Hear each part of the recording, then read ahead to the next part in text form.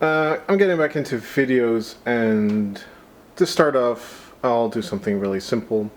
I'll do some tool reviews. So this is somewhat of interest of anybody trying to start up a small scale company. So I'm aiming this mostly at not like people who are actually buying these particular products, but more as like a guide to how to sort of distinguish between okay tools and bad tools, and what to kind of expect from certain types of tools. So without further ado, this here is a Liteplacer.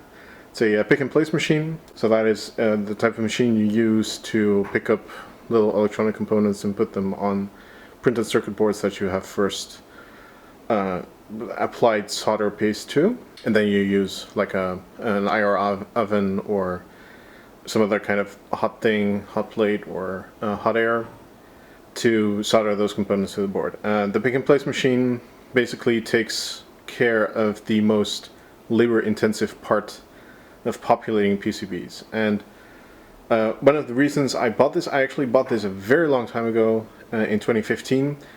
Mostly built it up and then never got it working because, yeah, basically just took too much time to get working. Recently I've taken this to Maxan, and we're currently setting this up to do pick and place for the new BMS PCBs. Now, some of you might know, those that work in electronics, you know that there are services. You can pay people money and they will assemble a PCB for you. However, in Western Europe, these services are exceedingly expensive. Typically, to do prototype assembly, you pay between a couple €100 and maybe €1,000 to get a run done quickly. So to have a turnaround of, say, 7 days or 5 days. If you go to the Far East, if you go to China, Taiwan, Vietnam, and even India these days, you can get prototype assembly done very cheaply and surprisingly quickly. Turnaround of 2 weeks is definitely possible on a budget of like less than $100 in total costs for PCB and assembly, and then plus components, of course. However, there is just this inherent time limit. There are services that do super quick turnaround these days, but again, they're pretty expensive, and a Liteplacer, even if you include the labor of somebody babysitting the machine basically, it turns out to be cheaper in the long run, and especially if you also count your engineering time, if you want to do quick cycling, or if you need a PCB quickly, something like that. And additionally, it is just, this company partially started to just accumulate cool tools, put the costs on the company, basically. So this is also something I really wanted to have. Now, this type of machine, it is a very complicated robot. It requires a full PC to run. It uses 2 webcams to look at the components from below and from above, and to look at PCBs and that kind of stuff. Tries to find patterns on there to make sure that it's oriented the right way and placed in the correct position and that kind of stuff. So it is quite computing intensive. It's also, like all of these types of machines, so I would call this a robot, and by that I mean something that moves mechanically and kind of complexly. It's got lots of moving parts, not just in terms of the physically moving parts, but also in terms of software. So it's a very complex machine, and complex machines tend to just be time sinks and resource sinks. So same goes for this. Setting up a Liteplacer takes at least a week, and it looks like this one's taking longer than that even. A lot of the setup goes into, again, sort of fragile software ways of recognizing stuff. So even stuff like calibrating this, that so far has taken by far the longest. It's a complex system, it's a fragile system. You have to expect that if you try to use this kind of robot, but also things like the new self-learning robot arms and that kind of stuff, I have seriously considered buying a few of those to do mechanical assembly, to do some parts of mechanical assembly. They're about as good as the amount of time you put into them to learn the correct motions and to do everything you want. So really, humans are surprisingly cost effective at doing a lot of it. However, humans are not cost effective at assembling PCBs. Also, as a last addendum, there are much better versions of pick and place machines. There are full pick and place machines by, for instance, LPKF. They make a machine that already, like it's fully assembled when you get it, just to start, and then it automatically reads Eagle files and etc. etc. It's very well fleshed out, but unfortunately then you get into a price range where this will never work. So I'd rather pay, so I think I paid 1,500 euros altogether for the Liteplacer, and I think I will spend between 5,000 and 7,000 euros on the total man hours required to get our first couple of batches going. That still makes sense. That means I'm spending about €1 per PCB to get this working. To buy one of those LPKF machines, or even the better ones, they start at around 14,000 euros, and they go up from there. And even then, you need some, it's like Cisco networking equipment. You need somebody with an engineering degree to even be able to use them. So it starts not really making sense anymore. You have to turn it into an actual PCB assembly company, instead of just having this tool as something in your arsenal to be used once in a while. So on that note, our 3D printers, we've got a Prusa Mark 3S, well, Prusa Mark 3 with MMU, and we've got a Prusa Mark 2 with MMU 1. This one I bought very cheap on Marktplaats, second hand for something like 150 euros. Already had a lot of miles on it. Sort of fine, but the MMU 1 definitely is a worse MMU than the MMU 2, and that says a lot because the MMU 2 is really bad. So what's an MMU? With 3D printing, normally you can only print in one color because you have one filament going into the hot end. The MMU, it allows you to switch between filaments, so alternately you can use different colors of filament, and we use that because we have, just a second, we have stuff like this. Text and other useful things that are embedded into 3D prints. This is extremely useful. I would say I don't think I can live without a multi-material 3D printer these days. It obviously comes at a price, and that price is 3D printers. Again, they're robots. You have to babysit them continuously. These are Prusas. They are generally considered one of the better types, also slightly more expensive than a lot of others, like the Ender. They're fine, but they still break down every 100 hours or so.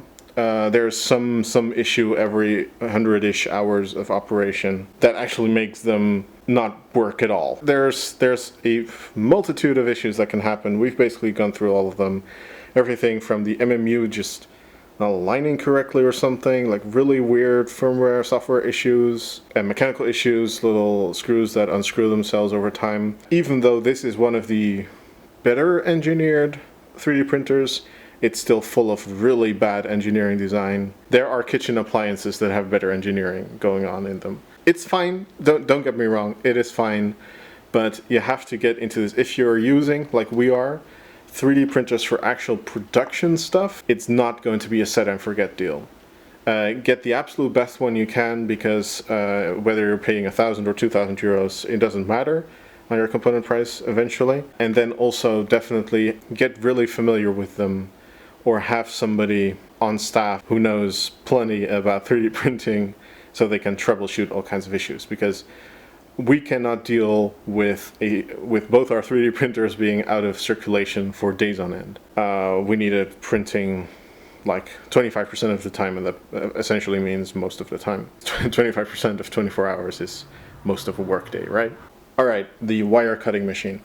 This is a cut and strip machine, fully automatic. It can cut and strip both sides of a wire to some specification. Very easy to use, and this is, it's also very loud, so I'm not going to show you how it works. If you're interested in that, I'll make a separate video about that. This is one of those Chinese manufacturing machines. Alibaba is full of these. These kinds of machines, just a big box that does one thing, and it does one thing well. For all kinds of stuff, there's this is just a single wire cutting machine. There are a few different types These have been in production for more than 10 years, and these are actually used. You can see them in, like, I saw a company tour video from JLC PCB back when they were in their old headquarters. They had a few of these there. I don't know why they make PCBs, but like they're everywhere in China. So they're used there. So I would say these are a relatively good choice for the simple reason that China is currently the manufacturing hub of the world. It's slowly shifting, but this is the stuff they apparently use. I would put some trust in that. Also, as far as these machines go, these are relatively cheap. It's like 250, 350 euros. If you want a professional grade machine made in Germany or something, it's a couple thousand. Again, this gets into the what kind of value do you get out of it. This machine replaces somebody cutting and stripping wires by hand, taking hours and hours, and takes it down to like a couple minutes of a very loud machine making wires perfectly. My favorite machine in the entire shop, Lidl ice maker from a grocery chain called Lidl. It's 139 euros, has worked for close to a year now. It's the absolute best thing ever. Buy this, like, not even joking. Alright, so here's the headline feature. We mostly use Milwaukee there and there power tools. I got some things to say about those. So this is most of what we have from Milwaukee. Milwaukee is a tool brand, distinctive red, etc. They've got really good marketing. They will let you believe that somehow they're the best brand ever, but of course they do compete against Metabo and Bosch Blue and Makita. There's the lower tier, like consumer brands like Black & Decker and most of Bosch, that kind of stuff. Then there's like a mid-tier, which is stuff like Milwaukee, and then the blue Bosch stuff, of which we also have a couple of tools, and Makita, those brands. And then there's the really high-end stuff, which is things like Hilti, well, to a certain extent also specialty companies like Avdel and our Klauke cable shoe machines. That's the really high-end stuff. And generally speaking, the way you can distinguish them, the consumer stuff is just shit. There is no reason for you to ever buy consumer stuff because it just breaks after a couple of uses. It's okay to use around the house just to have, because you will be able to drill a couple of holes with it, but not much more than that. The like mid-grade stuff, very variable. Some are okay, some are also kind of shit, some are really good. And usually if they're really good, after a while they get priced down costed, so also get lower quality until they're kind of okay-ish, middle tier. And then the Hilti stuff, for instance, is excellent. Like, it's literally the best tools you can get for your money, but they are disproportionately expensive. They are ridiculous, like a Hilti wired hammer drill thingy. Their cheapest ones are way over 1,000 euros, which is like 10 times what you buy for the cheapest Milwaukee. And also, generally, the real professional stuff like Hilti, it comes with some special warranty terms where you have to get the tools inspected and revised every once in a while. Otherwise, they won't honor any warranty, but they do generally come with like a genuine lifetime warranty. Absolutely excellent. If you have high-paid people working with tools, buy Hilti. It's a no-brainer, because every hour that a tool is out of service costs you like 100 or 200 euros. So you can buy, or buy like 5 Milwaukees. So to start, there's things like cordless drills. This is a very competitive space. They're fine. I have very little to say about them. These are sold on Marktplaats and eBay for very cheap. Like, you can get them in kits with the impact. Oh wait, I'll get that one as well. This one here, the impact wrench. This one and the cordless drill, they often get sold together for like 100 euros. This is not where you find out whether Milwaukee is decent quality though. There's of course lots of people on YouTube and on the internet have something to say about these, because these are by far the most common tools. It's as good as a Makita, it's as good as, like, the whole concept of the impact wrench. I don't really know why this exists. The torque you get out of this, Okay, I guess this gets about as much torque onto your fasteners as the cordless drills do, but the cordless drills completely mangle your wrists, while these are sort of fine for your wrists. Also, it's a little bit easier to get rusted fasteners loose with an impact wrench. They're just very puny. The torque you get out of these is almost nothing, and we'll get to the solution for that in a minute. So I wouldn't really fret about getting one of these unless you do a lot of wrist breaking work. Now on that note, this is a right angle impact wrench. Also an M18, so generally speaking the M18 stuff, the 18 volt stuff, is pretty good from Milwaukee. It's got a lot of power. This one doesn't. This is absolute dog shit. Don't buy this. It's got no torque. If you're considering buying this, buy this one instead. It's not an impact wrench. It's just a regular drill head, but it's got oodles more torque, and I think it's cheaper as well. Like, this is clearly the better machine, called C18 RAD. Significantly better than their impact wrench. I regret buying this. Now then, there's one tool that I cannot show you because we actually threw it away, and that's the M12 version of this. This is a vibratory tool or multi-tool. Milwaukee make the 12 volt version as well, the M12 version, and I think I can say with decent certainty that the entire M12 lineup of Milwaukee is practically unusable. The only reason we have a couple M12 tools is because we bought into the ecosystem and we have the batteries, and it's kind of expensive to go with another brand, but at this point, like with the amount of money that goes into tool purchasing these days, I would go all M18 in a heartbeat and just skip the M12 stuff altogether. And that includes their multi-tool. Their multi-tool, it actually broke on us. It overheated or something, I don't know. Smoke came out after 3 or 4 weeks of use, and not even super intensive use, or at least like for this kind of stuff. I would expect it to function better. I've used multi-tools from Green Bosch, the shitty Bosch, for months or years fairly intensively, and they held up, and the Milwaukee thing just broke on us. And also, it was super loud. The M18 version, okay, it doesn't come across very well on video, but it is, you don't need hearing protection when using this. It is much better damped. It's got toolless change of the accessories. It is heavy. It's very heavy, especially including the larger batteries. So that's a definite downside, but other than that, it is the vastly superior tool, and it's not even expensive for these kinds of tools. It's very competitively priced, doesn't overheat, it just goes and goes. We use this to trim fiberglass pieces, and we use it for like an hour or an hour and a half in one go, and it's fine. So speaking of M12, these tools, this is one of the only M12 tools that we actually use productively. It's one of the highest end M12 cordless drills that they have. It's very nicely balanced. It's like ergonomically much better than the M18 tools.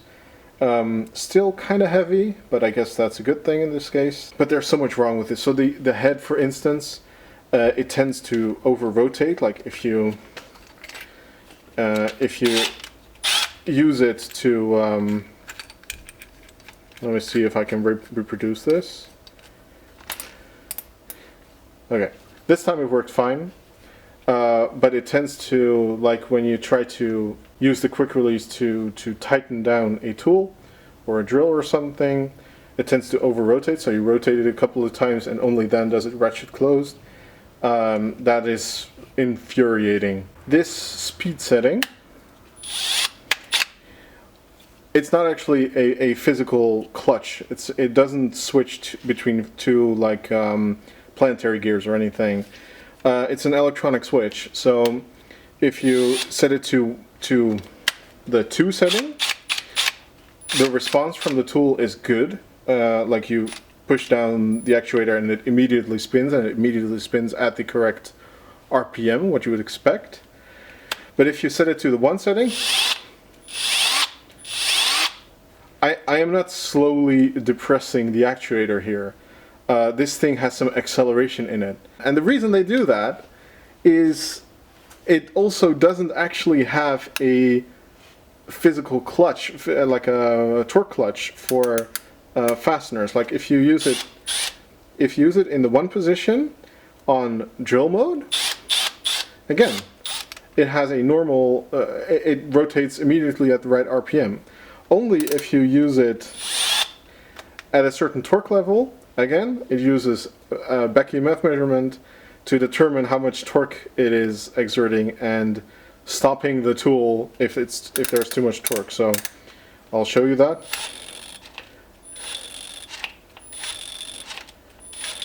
There you go. That's how that works. I suppose there's just physically not enough room to put a robust clutch and gearing system in here. The way they implemented it anyway is just infuriating. It makes the tool, yeah, just not a pleasure to use in everyday circumstances. You tend to just use it in drill mode, not even use the torque feature. Use it in used in like the second gear, the higher gear, and the hammer function is a complete joke. It doesn't do anything, as you would expect, because this cannot deliver enough power, and there's no actual proper pneumatic hammer system in here. And then there's this tool. This is a tire inflator, a cordless tire inflator. It is actually quite okay. It's got some annoying things, like it doesn't remember your tire pressure setting from the last time, so you have to reset it every time. Also, you think, okay, I put it at 0.8 bar, let's say that is something I want to do. Let's start inflating. Oops, I just turned it off. The inflate button is actually this one instead of this one, but it's a little bit confusing, especially the first time you use it. That's stupid, but otherwise it does work fine. It's a bit loud and a bit slow, as you would expect, but I looked around and I could not find a decently priced 18-volt version with some more power. It's fine. We use it all the time. We use this on customer cars just to check that our tire pressures are correct all around. Where were you all my life? This is by far the best thing Milwaukee makes. I don't know why people have air tools. Like, we have this. It's like an air impact wrench thingy. Absolute dog shit. Never use air tools. Air tools are the absolute worst. This has like 4 times more torque. There's 4 settings on it here. The setting 1 is, this is too much torque. Setting 2 is, are you very sure this is really too much torque? Setting 3 is, I break M10 bolts, and setting 4 is, I break any bolt. Literally, I have broken M16 thread with this. It's just like the best thing if you want to break stuff, which is what companies are all about, right? It's got all the power. It's got more power than any air tool. But yeah, this is like having air hoses and then still having underpowered tools. Like, air hoses are this science unto itself. We've been fucking around with smaller and larger diameter air hoses. There's like a decent air system in this building that's set to 10 bars, which is plenty, including all the storage in the pipe. Plenty of air power, but there's so little actual power. They're designed so badly. Basically, the only reason to have air tools for anything at all is they're lighter than battery tools, and in some cases, like a right angle impact wrench, they're also significantly smaller, so you can get into small spaces. I think those tools are the only air tools you should have, and then that one, but that's a special case. But with this, I mean, you can loosen and fasten anything. I recommended this to anybody. This should be your first and only Milwaukee tool that you have.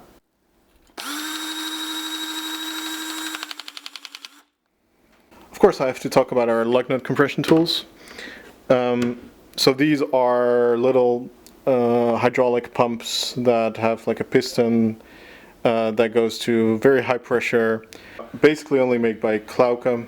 There is a Milwaukee tool, by the way, that sort of does the same, but for smaller sizes and also worse quality. I wouldn't actually trust Milwaukee to do this well. One is done, so we have two. These are way too expensive to buy by yourself, even for us, kind of expensive. It's like 4,000 euros each. So both of these are second-hand for about 1,000 each, which for us is great. You really need it to do anything with electric vehicles. So couldn't recommend them enough, but you don't have a choice if you're in the market for this. And as far as our other power tools go, we have two Jigsaws. This one is a really cheap, shitty one, which I've had for 10 years. It still works somehow. That's a Bosch green one. I guess at some point we're gonna buy a battery operated one, but we don't need them that much, so that's fine. We have a nibbling machine that we bought. It's this is one of those types of tools that you cannot get an in-between price. So we got the cheapest one from HBM Machines. If you know that, it's like a Chinese reseller in the Netherlands. Really super low quality tools generally, but it works. Surprisingly, we use these for the three-phase charger upgrades to nibble out a hole for the charger port. And they're totally fine. So, like, seriously impressed by the value for money for this. A hand router, it's fine. It's a Bosch Blue, so it's like decent-ish quality. It's got all the caveats that any hand router has, but at least this one has good bearings. It's got seriously good bearings, so I expect this to last at least another year or so. It's already lasted a year and a half. Circular saw, skill saw. Don't buy this. It came crooked, and it's really hard to get this set right. But we don't use it often enough to warrant buying a better tool. But like, don't buy the Bosch Blue. It's like, it's bad. It's like seriously not a good tool. This is an inspection camera, a PCB inspection camera to be precise. We bought this to inspect soldering jobs, and it is one of those things. AliExpress and eBay are full of them. If you're familiar with EEV blog, there's this company called Tegano that also make these inspection microscopes to be plugged into an actual PC display, like a large display. And up to a couple years ago, they were the only game in town. But these days, you can get this, which is I genuinely think this is something close to HD. It's not quite the quality that you get from a DSLR, but it's very good quality, very high resolution display. You can see every little speck of dust on this soldering wire thing. Decent frame rate as well. I guess it's 24 frames per second. You do see there's a little bit of wobbliness, rolling shutter, right? But that's fine. I mean, for inspection stuff, it's fine. It's a really good quality picture. It's sort of decent construction. This was 130 euros. I am blown away by what you get for this price, especially given the application. It's also like, it's stable enough. Highly recommended. Do watch out though. Like most of these kind of Chinese things, there's the good version, which is mid-priced, and then there's the shit versions that are much lower quality. I've seen 480p cameras used here and there. That's not good enough to do decent inspection. You need the high resolution, and you need good magnification as well. Also, you need to have enough space, like a working distance needs to be good. Otherwise, you won't be able to place anything under it and inspect it well. So that's quite important as well. This is fine. This particular one, the Andonstar, highly recommended. Now for soldering, I've used this JBC Weidinger edition for a long time. I think this is still one of the best value soldering stations that you can get. It's one of those where if it's on, you take out the soldering iron, and by the time you're near the PCB, it's already heated up to the full temperature. So it's excellent for professional soldering jobs. Now, a common issue, like the only thing I want to say about this is about the tips. So common issue is just these tips are excessively expensive. They are between, let's say, 20-ish euros to over 100 for original tips, and they do wear out. If you use them professionally for a long time, especially if you have soldering irons inadvertently or on purpose on all the time, like you can turn them on and they go into this, there you go. It's like in sleep mode, but sleep mode still means that the tip is at 150 degrees or something. So it's still hot, and it stays hot for as long as you have this plugged in. So if you use it like that, the tips will go bad after not too long. You can use a tip for a couple of weeks maybe, intensively. And then it does get a bit expensive because you want different types of tips, and this is kind of what they look like after a year of good use. You can refresh them with like the refreshing paste, but instead of the original JBC ones, there are counterfeit ones from China, and we're trying these out these days. So the one that's installed now is one of those counterfeits, and so far they're holding up really well, and they're much cheaper. They're something like 8 euros each, and still they heat up fine. They've got the correct coating, they've got like the nickel coating and everything. They seem like the real deal. So yeah, that makes this soldering iron a lot more affordable in the long run, because otherwise I think I've already spent 3-4 times the value of the soldering iron on tips and other accessories over the lifetime of this thing. Most of them are original, and it gets to be a little bit of a waste of money, because there are other brands that have cheaper tips, smaller tips. And there's also other types of JBC that have cheaper tips. Just the soldering iron or soldering station itself is more expensive. So, oh, and also there is another option. You can get genuine JBC tips. There is a seller on eBay that if you search eBay for C245, he has almost all the tips, also for significantly less. He's in Poland, I think. They're like 13 euros 50 a piece, which is also a lot more affordable than the retail JBC price. This, all right, this is the multimeter from a blog very long ago where I restored this, and it broke. Even Flukes eventually succumb to wear and tear. Yeah, that's about all the tools I have strong opinions about, I suppose. Yeah, this was just a very simple video to get into things. Got some nice hot takes. Ripping on Milwaukee is always fun. Something I love to do. So, yeah, first video in a while. Not a great video, but it'll get better from here. I have to get into the swing of things again. Anyway, see you next time.